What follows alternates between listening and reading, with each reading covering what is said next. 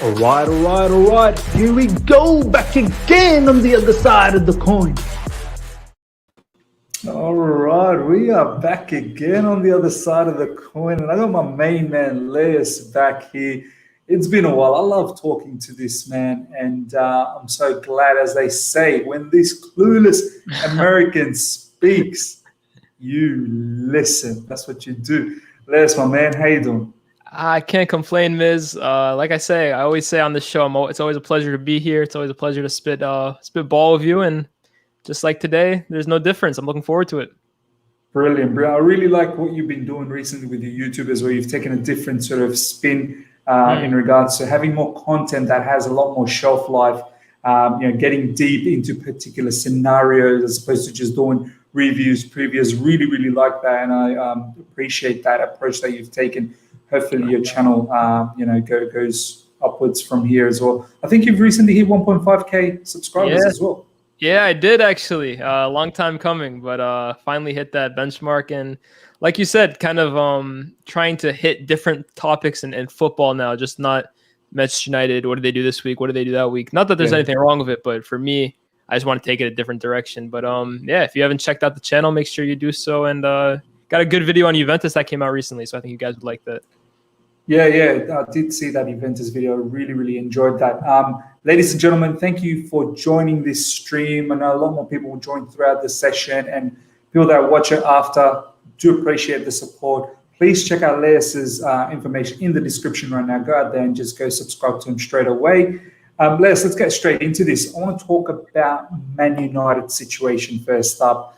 Obviously, really good victory against West Ham. I honestly thought off the back of your match against AC Milan and another AC Milan match coming up very soon, the second leg, I just thought that this might have been a bit of a banana skin of a match against West Ham. West Ham obviously had that time. They don't have multiple games happening week to week.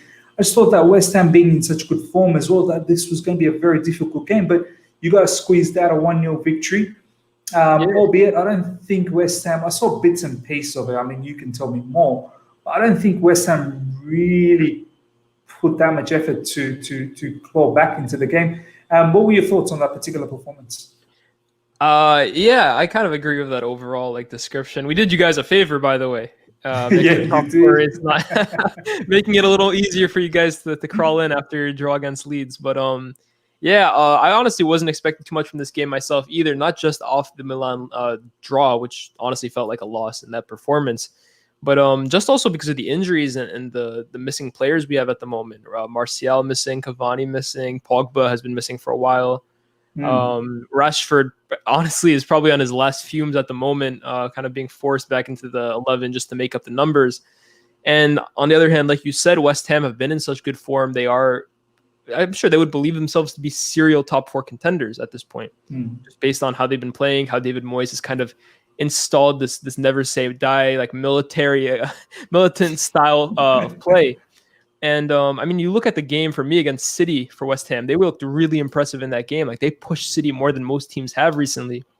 Yeah. But the way they approached our game was very bizarre and a bit cowardly from David Moyes. I thought that given the injuries that we had and the form that they were in, I thought this would have been the perfect opportunity for them to come to Old Trafford and get a win for the first time in God knows how long. But he really set up, I think, 5 defenders, kind of looked to be on the back foot until we scored off an own goal. And then they decided to come into the game. And they looked pretty good every time they attacked. So for me, David Moyes, no one can really critique the job he's doing for West Ham this year. Excellent coaching on his part. But I think they missed the trick. But it's a good performance from United. I think it's a result in a 3 points that probably keeps us in the top 4 for the rest of the season. And on to the rest of the season now. Yeah. Look, we had, from Chelsea point of view, ambitions that, we were going to claw ourselves into, say, maybe the second position, try and go over you guys. Look, there are still a lot more games to come, but I think you're right. That victory against West Ham, kind of really, in terms of top 4, you guys are well ahead now in regards to, I think, who's 5th? I think West Ham is still 5th. Yeah, I think West Ham are still 5th. Yeah, and you guys are way ahead. So I'm not sure who really, catches you guys anymore in terms of not being in top four. And I don't know whether even though, as I said, we've got enough matches, hopefully, to claw ourselves into a second position, but I think it'll be difficult as well. I know you're smiling, but I'm not lost hope. I've not lost hope. Look, and I want to now talk about before this particular match, Ole Gunnar Solskjaer, there was news that he's getting a bumper contract that's been lined up for him, £9 million per year for Ole Gunnar Solskjaer from your owners, ready to be delivered. I mean, first of all, how you feel about this? I did see that you weren't utterly, amused by this particular news. I just want to put my 2 cents by saying that, and we've talked about this, right, previously in our show, that I don't think you can be a serious club with Ole Gunnar Solskjaer being a manager. I just don't think he's that level of a manager that can. Because Man United, when you think about Man United, you think about titles. They're there to win titles. They're not just there to make up numbers, to come fourth, to make it to the semi-finals, to make it to the final and not win it. They're there to win titles season in, season out, much like us. And, history says that that's how it's always been. So from that perspective, Lyés, I mean, how do you feel about this contract for Ole Gunnar Solskjaer, which is a bit crazy? Yeah, I think not amused is some way of putting it. Maybe a politically correct way of putting it. But for me, to be honest, it wasn't the news that he was going to get extended that surprised me or that caught me off guard, because deep down, no matter what I think about Ole, I'm pretty sure that he's exactly what the club and the higher-ups kind of envision in that position. Someone who is not going to kind of put them under pressure to make transfers, like Jose Mourinho did, for example. He's not going to throw anyone under the bus. He's more than happy to be here, right? This is his dream job. He'd probably do it for free, honestly. And in general, I think he tampers expectations well, in my opinion. Some people would probably definitely disagree with me, but I think he tampers expectations for the club very well. So for me, no matter what I personally think, which we can get into, I wasn't surprised that he would get a new contract. For me, the part was at this stage of the season, where top four before this weekend, for me, was still a pretty big doubt. And we have not officially wrapped up the season. We haven't collected any trophies yet. For me, it reminded me of his first season when he came in at the halfway point for Jose Mourinho. And they gave him that extension after 10 games, right? Like he came in as an interim manager. He went on that amazing run, right? All credit to him. And they gave him the extension, or they made him permanent manager with 10, 15 games left to go. And at that point, we were in a really good situation. Post that contract, we collapsed for the rest of the season. Yeah, I remember that. Yeah. We finished sixth. We were like 2 points off fifth or 2 points off fourth, something like that, right? Don't quote me on that. But we were high, and after that, it completely collapsed. We lost to Barcelona, got crushed by them, completely collapsed in the league, lost to Wolves in the cup. The season was a failure. Yeah. And for me, I've always felt that Ole kind of does best, and you can probably vouch for this, right? When he's under pressure and when the stakes are at its highest, and when it looks like he's about to get fired, that's when he somehow flicks a switch and he kind of changes everything around.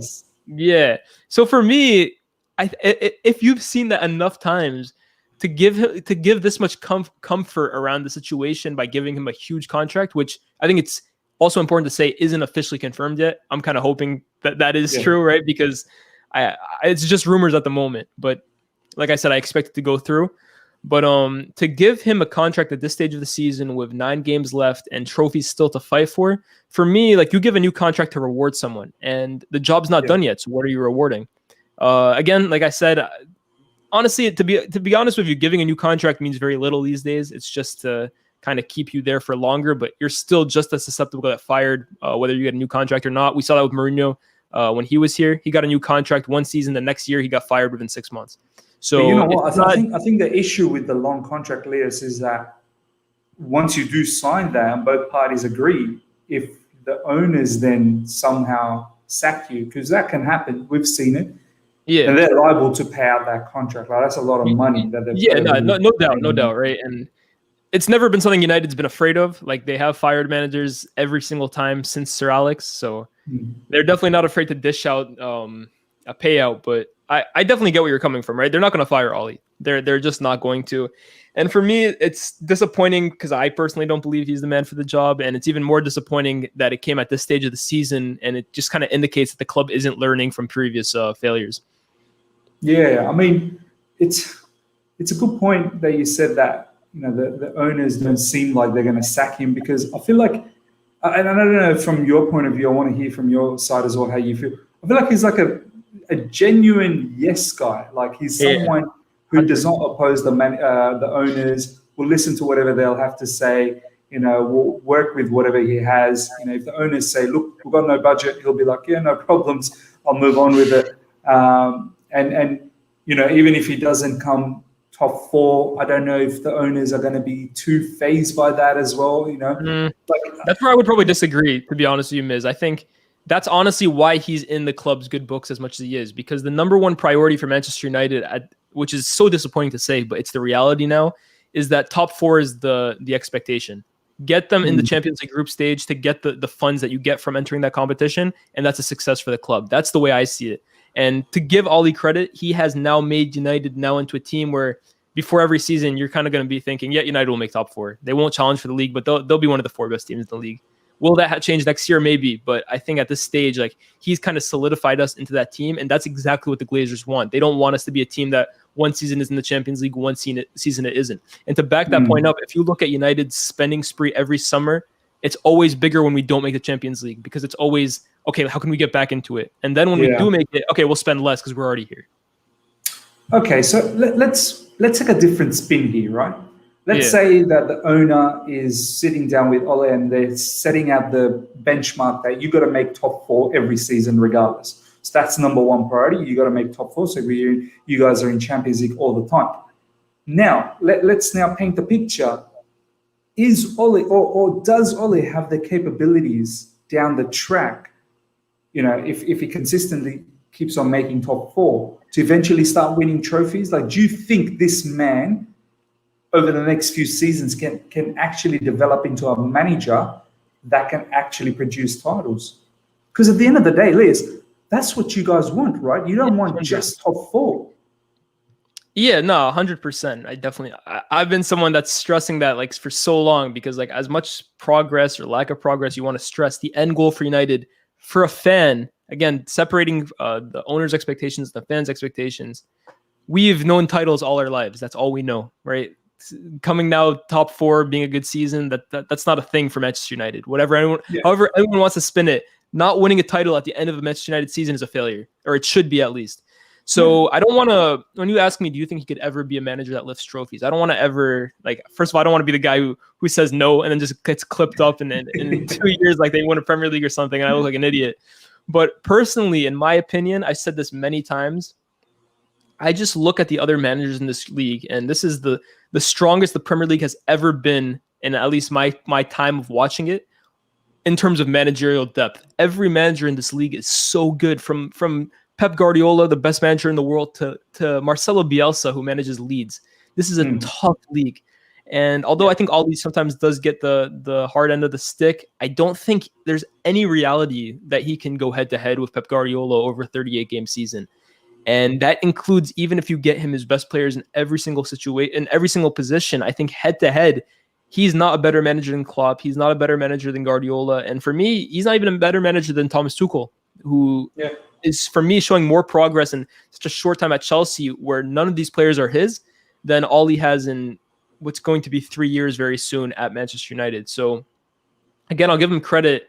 I personally didn't think we were going to come top 4 this year, so he has exceeded my expectations in a way, because obviously I didn't expect us to come second. But I think there's more backstory to why that's happened than just, it's progress from third to second, right? There's more behind the scenes. Liverpool falling off, Chelsea not doing as well as everyone thought they would. Like, there's other stuff that goes on behind the scenes to make that happen. So I will give him credit for that, but also just big picture, long thinking. I don't think him as manager, I think there's always going to be too many flaws in his game plan, in his tactics to last for a 38-game season.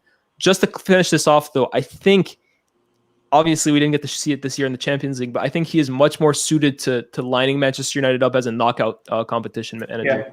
And I know we've lost a lot of semifinals under him, but I think he has shown a knack now several times, right, to give him credit in one-off big games. Like, there's a reason why he's beat Guardiola 4 times now. Like, once it's a coincidence, twice it's a coincidence, but 4 times indicates that he does know what he's doing on the one-off game. But a 38-game season, I've always said it, you can't fluke. And for me, you would have to fluke it massively to give Manchester United a chance of winning the league under Ole Gunnar Solskjaer.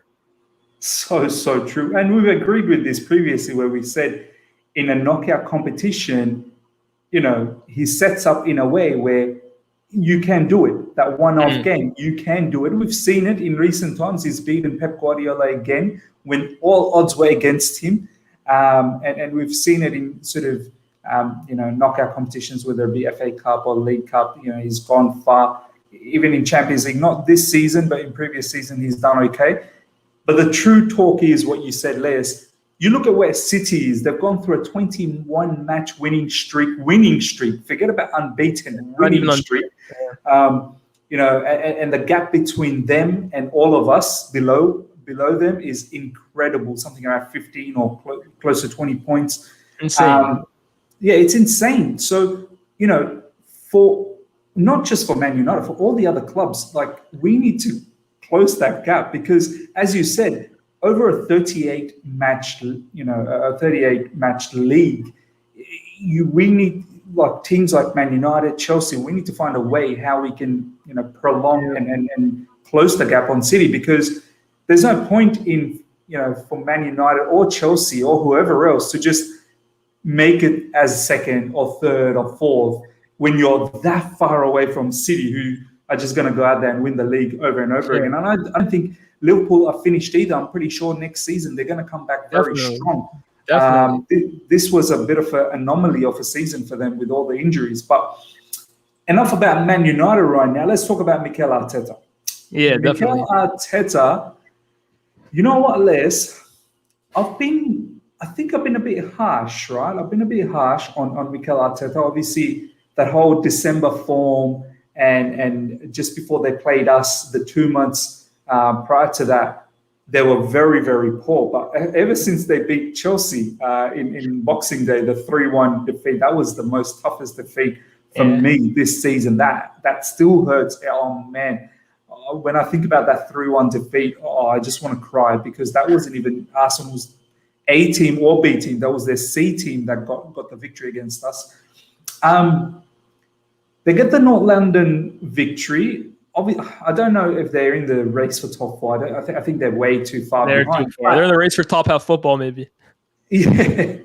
But I must say, since that victory against us, they've had some decent victories. They've had some decent runs. Yeah, some odd losses here and there as well. But I want to share something with you. I saw something in Instagram yesterday. And I want to share this with you. Yeah.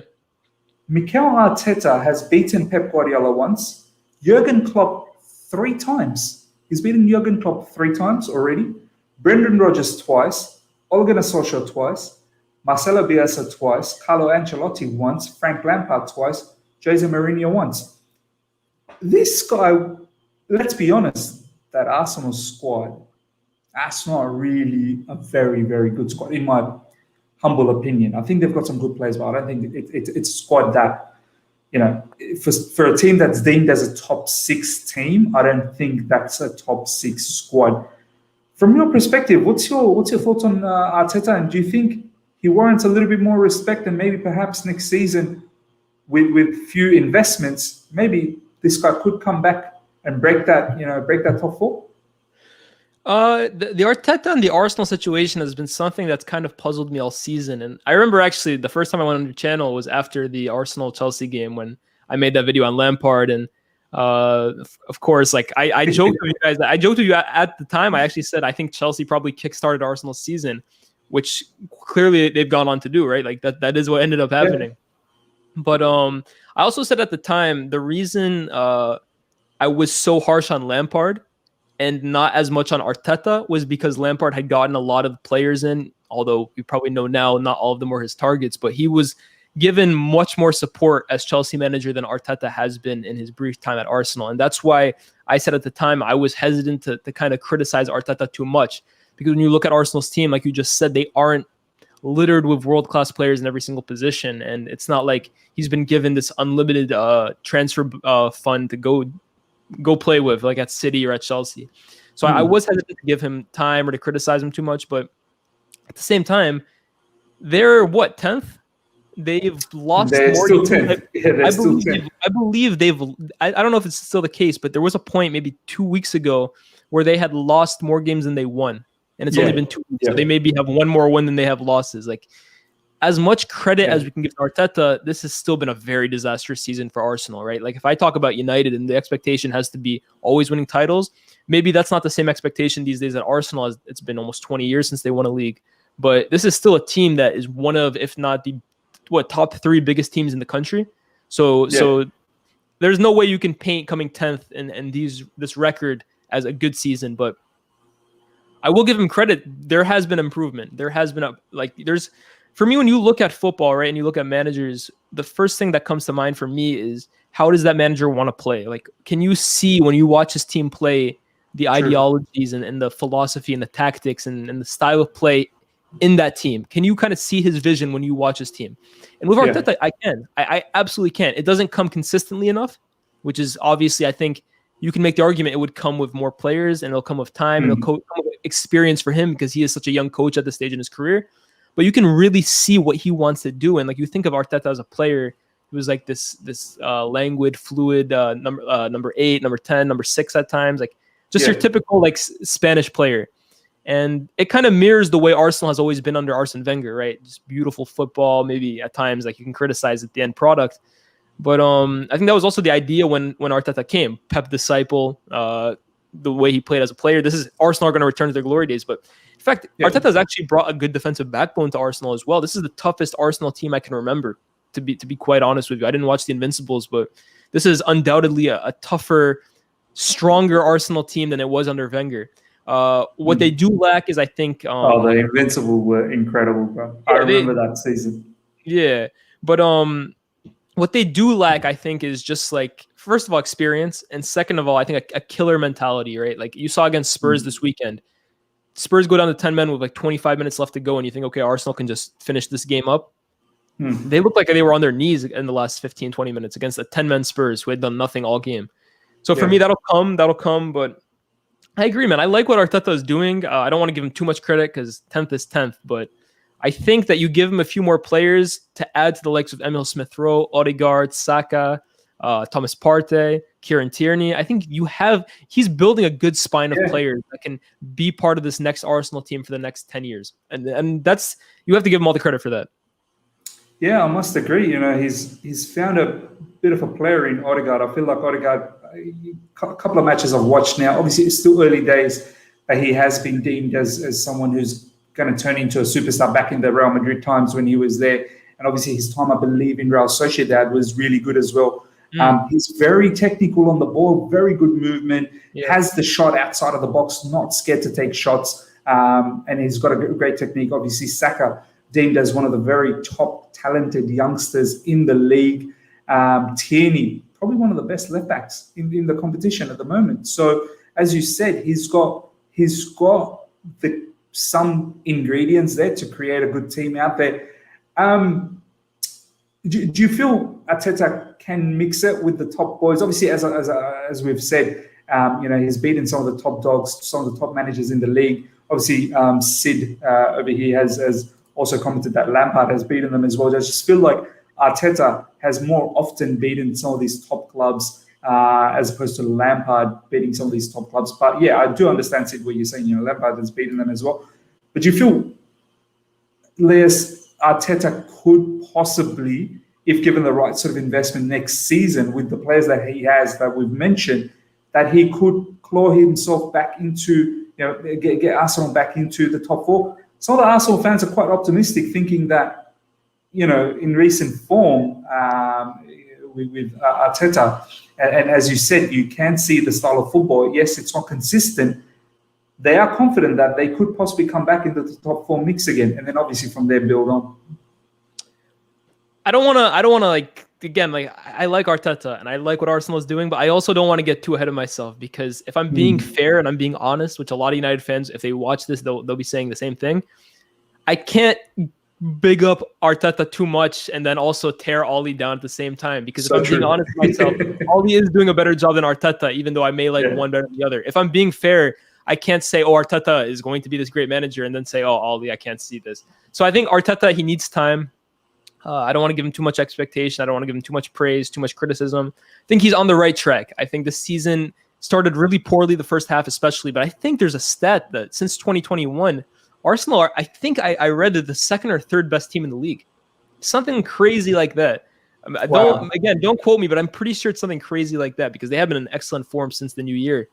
But listen, a bit more investment. That's another thing. I don't know if Arsenal will afford him that investment that he probably deserves. But hey, I like the squad that he's building. I'll give him that. Just to touch on that, I know you said that it wouldn't be right if you were to big up Arteta and not, and downplay Ole. But from both perspective, whose managerial sort of not man management, not like player management or anything like that, more sort of that tactical knowledge, that in-game management, or that style of football? Do you feel like do you see the Man United style more sort of where you can say that, I can see what Ole is doing, I can see our style and where our football is going? Or do you more see Arteta's style of football very, obvious to the eyes? Like which one do you see that, which managers actually got a style of football happening at the moment from your perspective? I actually think they're not too dissimilar in the way they want to play football. I really don't think so. I think when you look at a lot of the big games that Arsenal play in, disregarding this one against Spurs, a lot of the Arsenal performances are kind of absorb some pressure and then hit you on the break with like quick counterattacks. Like you see a lot of performances from Arsenal like that, which obviously Ole did not create counterattacking football, but like that's kind of his mantra in these big games. Like he wants to hit you on the break with the speed up front. But I think Arsenal and Arteta has done a much better job of emphasizing ball retention, creating chances in other ways than just on the break or off corners or crosses.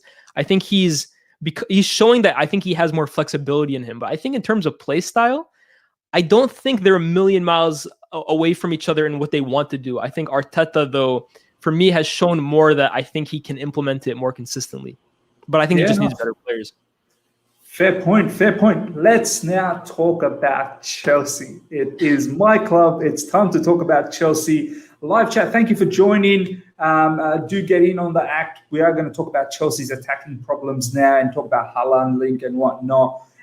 So do get in on that. So thank you for the support, obviously, for the channel. Please check out Lyés's information in the description guard there and subscribe to him right away if you haven't. Lyés is an absolute footballing connoisseur. Honestly, you're going to get a whole heap of information from his channel, not just Man United. You're going to get Juventus. He talks about many other clubs out there. So do subscribe. Lyés. Yes, sir. Chelsea, you've recently, I know you watch quite a bit of our matches. Under Thomas Tuchel, we've been very, very good defensively. Our structure, obviously, he's come in. He had to do a job. I believe that job was to get us into top 4. So it's been a mammoth task to get us from 10th to 4th, and to a point where I feel like now our future is really on our hands. Like we don't really need to worry too much about what the other teams are doing. If we go out there and win our matches, we should be top 4. However, what has happened under Thomas Tuchel's reign in this short period is that we're not able to score a lot of goals. We're squeezing out the 1-0 wins. We're squeezing out maybe the 2-0, the odd 2-0 here and there. But predominantly it's 1-0. We're keeping clean sheets. But we're not creating enough chances. Lyés, from your point of view, what do you think is the issue that you're seeing? Because I did see you tweet not that long ago saying we're not creating enough opportunities up front. So what's your perspective on that? Yeah, like you said, I've kind of noticed from the beginning that Chelsea, as great as they have been playing, as defensively stable as they do look now under Tuchel, much more than they did under Lampard, the thing that kept sticking out to me in every single game, bar the Liverpool one where I thought you guys were magisterial, but there's just not enough chances. You guys are not creating enough per game for all the domination that you guys are showing. And that was true for Sheffield United, for Wolves, for Burnley, for Manchester United.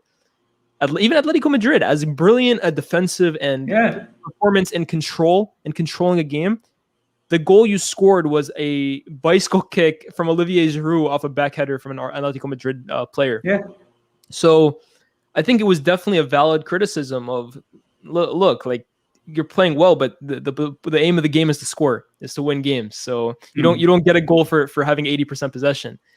To give Tuchel some slack, this isn't his team, right? A lot of these players are not his player. All of these players are not his players, and whether he will dip into the transfer market and buy a new striker, which has already been highly rumored, maybe buy a new midfielder. I don't know how much he really rates Jorginho and Kovacic, or more so he's being forced to play them because he just doesn't trust N'Golo Kante. But yeah, these aren't his players. Pulisic is not his player, clearly, right? Like, he's trying to find a room for him. Ziyech trying to find a room for him. Hudson-Odoi in and out of the team. Havertz and Werner kind of trying to fit them in. So it is a short time that he's been here, so you can't criticize him too much. And he's doing, for me, wonders, because this team was so far and away from a top 4 battle at his time of appointment. To be in that race firmly now, it's all credit to him. But chance creation is definitely something that should be a worry for Chelsea fans. And I think if you watch PSG a lot in his last season or his last 2 years, for me, chance creation was a big thing there too. If it didn't come from Mbappe or Neymar, PSG were not this free-flowing team that they maybe were under a Laurent Blanc or even an Unai Emery, which is crazy to say. But I definitely do believe, give him some players. I'm a big fan of Thomas Tuchel, and I believe the success and the goals will inevitably come. Yeah. I just want to bring this particular comment from Thompson Jones. Thompson Jones, thanks for joining. Not enough chances. We're getting into great positions and we have good chances. We're not being clinical enough. We can't finish our own bag of crisps. Look, Thompson Jones, I understand what you're saying. We're definitely not clinical, but I feel like we're not creating enough killer chances either. You look at that Leeds game. I can't recall from my head maybe one good chance from Kai Havertz, probably in the second half, but not enough clear-cut chances. I'm talking about absolute opening them up and one-on-one with the keeper, or and then we miss. Okay, fine, we can say, not being clinical. I don't think we have been opening teams up left, right, and center. As Lyés said against Man United, I don't think we created any big, probably that one Ziyech opportunity, that Ziyech shot. But that was just a one chance in that entire match. And so, I find Manchester United fans do this a lot too. In these big games where your team misses one big chance or two big chances, and all the attention is like, oh, why didn't we finish that chance? Why didn't we finish that chance? I think the main talking point is, why were there only 2 chances all game, right? And I think that's something that football fans kind of get lost in sometimes. The bigger picture should be, why are we not creating more than 2 chances? And yeah, although 2 chances might come to a game, the aim should always be to create more, to give you a better opportunity of scoring, because how many strikers are 1-in-1 goal scorers? You need to create several chances to inevitably get them more goals. Exactly. And this comment here from Sid, once again, thank you for this comment. Check the XG. We're not creating enough. Yeah. I think this is where we're getting mixed up. I think some of the fans, and I can see Saeed as well saying that the comment here, I made my point here. I don't agree with all this problem in the last third talk. I think you guys are getting a bit mixed up with the whole talk. We look fluid, we get into the final third, but then there is no proper killer chances. You look at someone like City, how many killer chances that they create. And I know you're going to say, well, that's a bit harsh to compare Pep's team with Tuchel's team. That's where you want to get to, though. I'm not having a go at Thomas Tuchel. What I'm trying to say is that we are not creating that. We've got the quality of players to do that. But for some reason, I'm not sure if you've seen this, Lyés, there were a few times against Leeds where there were brilliant runs from Werner, or there were brilliant runs from Werner when he came in the second half, but there were also great runs from Kai Havertz in the first half, where he would dart he would start wide and he would dart just behind the defense, and no one would dink the ball over the defense, because Leeds play a high line, so you can literally dink the ball over them to get that to catch Havertz's run. No one is doing that. They're not taking the risk enough to make those passes, and that seems to be the problem. Here's another way of looking at it, though, because like I said, it's not all Thomas Tuchel's fault. Like, he's done way more good than bad since he got appointed by Chelsea. But Pep Guardiola has his philosophy from day one, right? You coach the defensive third and the middle third. You can coach the first 2 phases of football. But once you get to the final phase, the final third, that's where you need your players to ultimately express themselves and create chances on their own. And you are responsible as a manager to get your players in the best positions to do that, which is why when it came down to Ole and Lampard, I was always saying at least Ole can get Rashford and Bruno into situations to do their thing time and time again. But also, how many of Chelsea's players in that attack, bar Ziyech, who has been very poor since he joined Chelsea, are natural chance creators? Mason Mount does not have this amazing final ball on him, as brilliant a player as he is. Timo Werner, like you said, is someone who wants to get in behind. Pulisic is someone who kind of dribbles through players. Same with Hudson-Odoi. Havertz is not this final ball player. There's no like chance creator in like a Bruno Fernandes or a Kevin De Bruyne, right? Someone who plays balls in behind constantly, tests back lines. And that's, like you said, what you were missing against Leeds United. So like it comes to the point where Tuchel is just going to have to get some players that he trusts, that he can implement into the system, because the players that were bought 12 months ago were not bought in mind of playing in a 3-4-3. They just weren't. Yeah, and once again, I just want to clear this out to the live chat and also to everyone that's going to see. I'm not having a go at Thomas Tuchel. He's done so much already. I love the manager heaps. This is literally what he said post Leeds game. This is straight from Nizar. Tuchel has said, we are not clinical enough, determined enough in counterattacks, and we didn't find that last touch. He's not just talking about finishing a goal. He's talking about the whole package, the movement, when it comes to that final third, when we are countering, we're not making the right decisions. As you said, Lyés, Mason Mount is a fantastic player, and he's going to go on and become a top player. You've said it yourself, Lyés, that you rate when Man United look at which particular player is a top player from Chelsea. You've said Mason Mount, and many other opposition fans have said that as well. But the thing about Mason at the moment is still that he lacks consistency of getting that key pass over and over again, right? Yeah, I feel 100%. like Thomas Tuchel knows, and he's said it many times already in the media over the last few days, that something about our forward pack where we are not bold enough. We're not creating that crisp passes over and over again. We're not producing that killer passes. For some reason, we play a little bit conservative. We see a run, but we want to go sideways. We take the easier pass and we go to the sides. Basically, what I'm trying to say, Lyés, do you feel this is more to do with the formation at the moment, with the three at the back, the wing backs and the forwards? Or do you feel that the formation is not the issue? It's more maybe the players just need to keep playing under this manager a little bit more, get that confidence, and soon we're going to see them express themselves a lot more. Is that it's a mixture of both for sure. Like when you look at formations, right, 3-4-3, you are effectively overloading the wings, right? Because you have two wing backs and two wingers. So your chance creation is going to come from out wide.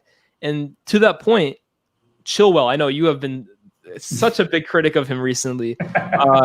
Pulisic, you've struggled to get consistency out of him. Hudson-Odoi, I don't know where he's been recently. I think Pulisic was playing right wing back this weekend. Ziyech, you haven't gotten consistency out of him. So if you're playing a formation where the majority of your chance creation comes from the sides, and your wing and your width is not performing to a good enough level, it's no surprise that you're not going to create much from the wings. And then in the midfield, Kovacic and Jorginho are just never going to play a killer ball. It's never going to happen. Like, right? Like, it doesn't matter if Guardiola is coaching Kovacic and Jorginho, they are not going to play consistently killer balls through the middle or down over the top. It's not going to happen. But at the same time, you're absolutely correct. Like, it's just going to take time. Like it's just still early days of Tuchel. He's done remarkably to completely change Chelsea's defensive favors. The goals will come. It'll come, and he will need to. We'll touch on this as well. I'm sure you want to, but a center forward can change everything, right? When you think of Jose Mourinho's time at Chelsea the second time, 2013-14, that was what was really missing. Eto'o couldn't get it done. Torres couldn't get it done. Demba Ba couldn't get it done. You bring Diego Costa, someone who is the stereotypical Jose Mourinho striker who suits to the T how he wants to play. Maybe that's what Thomas Tuchel is missing. Yeah, no. Absolutely right, man. Let's talk a little bit about this, having that striker, the one striker, because I feel like we do lack that. Tammy Abraham, apparently, I think if I'm not wrong, is our top scorer at the moment with 6 goals from the striker's point of view, and he doesn't even get a look into the particular team. it's very important. If we want to challenge for titles down the track, we need a striker that's going to bang in goals after goals, 20 plus goals, 25 plus goals every season. We have been linked with Erling Haaland. Do you feel someone like Haaland, Lyés, who just comes in and immediately just changes the course, or do you feel like overall, the attack, needs a lot more drilling from Thomas Tuchel? Obviously, during the preseason, needs a lot of work needs to be done. He needs to obviously look into the formation as well if he wants to continue with the 3 at the back, or he wants to switch to the 4 at the back, the traditional 4 at the back. What's your perspective? Do you feel someone like Erling Haaland comes in and just changes our club, or there's still a bit of work to do? Again, I think it's a mixture of both. I've been on record saying Erling Haaland for me is a league-defining player for whoever he joins. Whoever he joins, he changes the fortunes of that football club to the 1000th degree, right? He's that special of a goal scorer. It's so rare to see someone with such pure raw instincts like he does, and he's had it since day one. So for me, he goes to any club. Like, I'm talking about Solskjaer, I don't think he'll ever win the league. If you get Haaland, United is going to challenge for the league.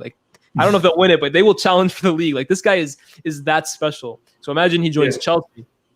But again, it'll take time. It'll definitely take time for players to 3 in the back is one of the hardest formations to drill, right? It's such a difficult formation to get everyone on board, because every single player has such a distinct role to what they would normally have in a... Honestly, Lyés, 3 at the back, you need the wing backs to really produce goals and assists, because they're essentially the wingers of the team, 100%. You would know that better than anyone, right? Like watching Antonio Conte, he brought 3-4-3 to the Premier League and made it his, right? So 100%, it takes a long time. Again, I don't know if he will stick with it. I think he may have felt that this was the best formation for what he has at the moment. He may choose to go back to 4 next season. He's been on record saying he likes N'Golo Kante a lot. I don't see how he plays him unless he plays 4 in the back. So that's another thing, but it'll definitely take time. And if you could get a forward like Erling Haaland, I don't think it particularly will happen. I think every club in the world is after Erling Haaland, but he would 100% help, no doubt. No, 100%, man. I mean, look, there's a lot. I think the biggest challenge is Manchester City. Manchester City being a particular club that are constantly winning, or there and thereabouts, challenging or winning the Premier League title. They're challenging for Champions League as well. It's obviously a team for Haaland, and he has history with it. His father played for Man City, so you can see why he'd want to go there. But if we can somehow try and influence him to come our way with all the Roman money that we have, that'd be great. But obviously, you guys are after him as well. I do want to talk about this, because if we continue on with the whole 3 at the back, as we said, wing backs have to produce. Even the centre backs, they need to be very good quality with the ball. We had 100%. David Luiz a long time ago under Antonio Conte. Obviously, now we're seeing Thiago Silva and Andres Christensen very good with the ball. They're going to have to come in and help as well in that manner. But how important is it to have that double sixes, a player like Fabregas in this particular comment that has the ability to keep constantly finding those big time passes? I'm talking about, Lyés, the killer one pass that puts you one-on-one with the keeper and allows you to have that goal scoring opportunity often in a match. How important is it to have that level of a player in that whole setup as well? It's invaluable. First of all, Cesc Fabregas is one of my favorite players of all time. I may actually make a compilation on him. I love Cesc Fabregas. You need to. He's going to retweet as well. Fabregas is so active in the... Yeah, he's very active. So maybe I'll make something on him. I love Cesc Fabregas. I'm such a big fan of his game. And again, that's a great comment, right? Just like Diego Costa massively changed the fortunes of Chelsea. Chelsea, the season before they won the league, I believe we're playing a mixture of what... I think in the Champions League semifinal, you guys played David Luiz, Ramirez, and some other defensive midfielder. It was a very defensive setup. And or maybe it was Nemanja Matic at the time. Yeah, it was Matic, Ramirez, and I think David Luiz in midfield. And then you go in and bring Cesc Fabregas, who is pass master to the max, right? He's just such a great player. And I mean, every team needs a Cesc Fabregas, to put it simply. Like, as you can tell, I could talk all day about Cesc Fabregas, about how great a player he is. Yeah. But yeah, that is definitely something Chelsea is missing. And I think that's also a reason why I do believe Tuchel will change from the 3 in the back. Because when you look at every player that you need to have, I think there's just too many players Chelsea needs to sign to make that formation work. I think you need a new left wing back, because I don't think Chilwell is a left wing back at all. Like, if you want to make the most of this so far pretty poor situation, you have to play him in his best position. Otherwise, it's just a waste of a signing.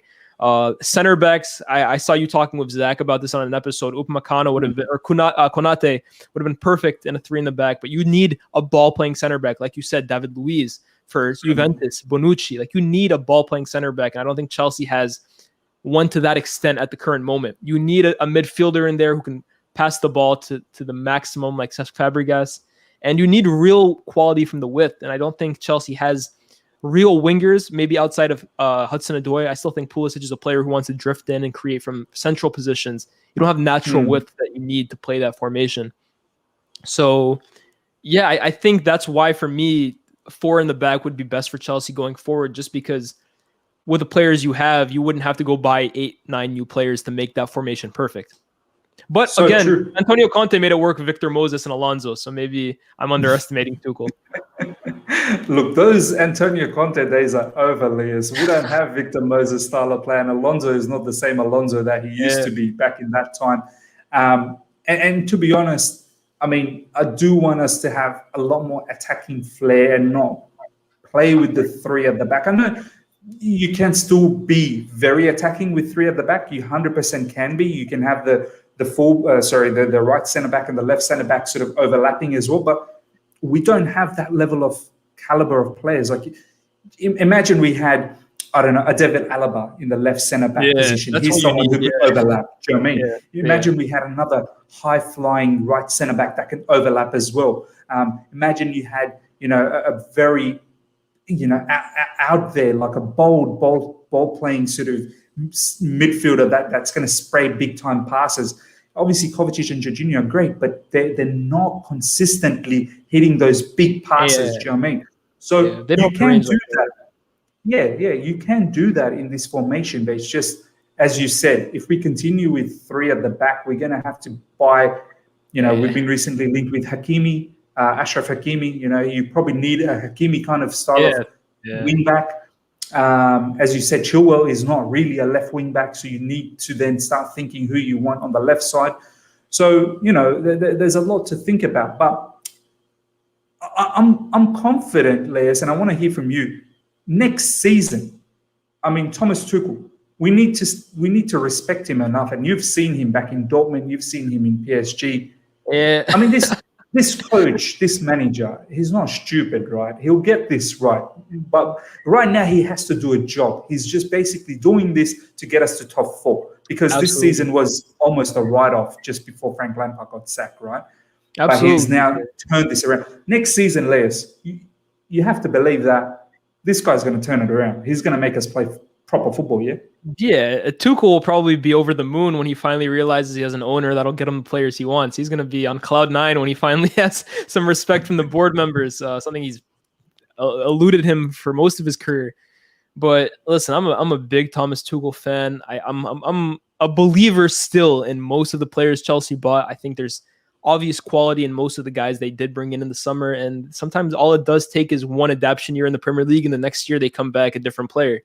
I said in my original video when Thomas Tuchel was announced, I never saw a role for Hakim Ziyech. I think Hakim Ziyech, I know you're a big fan of him, Miz, but I don't see him as a future Chelsea player for much longer. I think Havertz will be there. Werner, I think, will bounce back the most next season. But Ziyech, I got to be honest with you, man, I don't see it under this manager. Yeah, man. The whole Ziyech situation hurts me so much. Man, I love this player so much. I'm hoping that next season, if we do swap to change to a traditional 4 at the back, and Ziyech finally starts playing in the wings again, much like how he did for Frank Lampard. Under Frank Lampard, the one real big thing that I can say is that he probably utilized Hakim Ziyech properly. We did see a lot of good stuff from Hakim Ziyech against Newcastle earlier this season, Burnley earlier this season, Sheffield United earlier this season.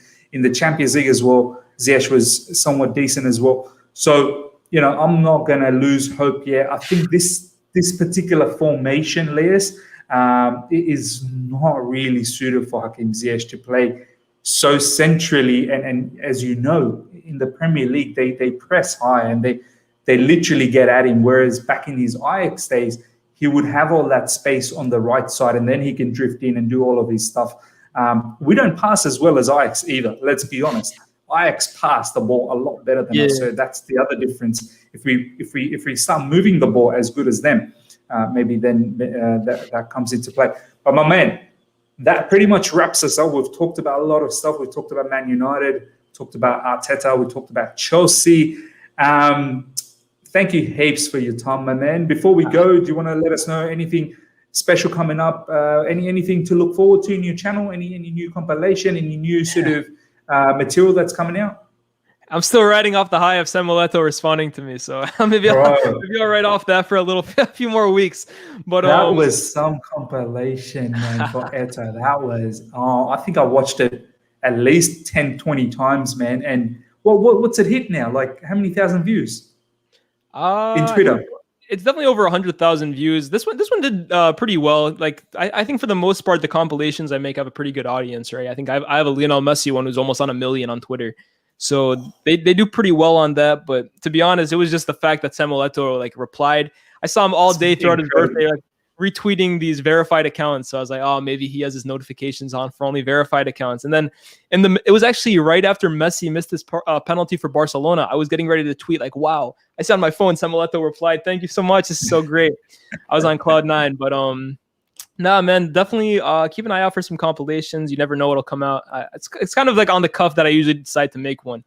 But I will say this: if you guys are a fan of old school football or love the kind of the nostalgic side of it, there is a series on my channel coming called The Archive. I've kind of been holding off on it for a long time, but it's a series where I go back and I look at old games or old players, and I kind of give my thoughts and my opinions on that time, like for those games for that stuff. And it involves my editing skills in terms of compilations, while also my narrating and my football knowledge. So it's kind of the best of both worlds for me. But keep an eye out for that. Keep an eye out for one-off videos on Juventus, Arsenal, Bayern. You never know. But yeah, if you like anything football, come through the channel, subscribe, and I'll see you there. Brilliant, brilliant. All of Lyés's information for socials are in the description right now. Please go out there and subscribe. As you can see, humble person. I love to talk football with him. And yeah, live chat, thank you so much to all the people that are going to watch down the track. Thank you heaps. Please smash that like button, helps the channel out a lot. Tomorrow, we will be back with the Atletico Madrid preview with Jack Benson and a few of my other boys, Taryn and Jonathan. It'll be very, very exciting to talk to Jack, who is an Atletico Madrid fan, to know, what is happening from an Atletico point of view. So please tune in for that. That will be 7 p.m. UK time. Do not miss that. That's going to be exciting. Obviously, we've got the match the following day after. So, guys, thank you heaps. Until next time, everyone, take care. See ya. Peace.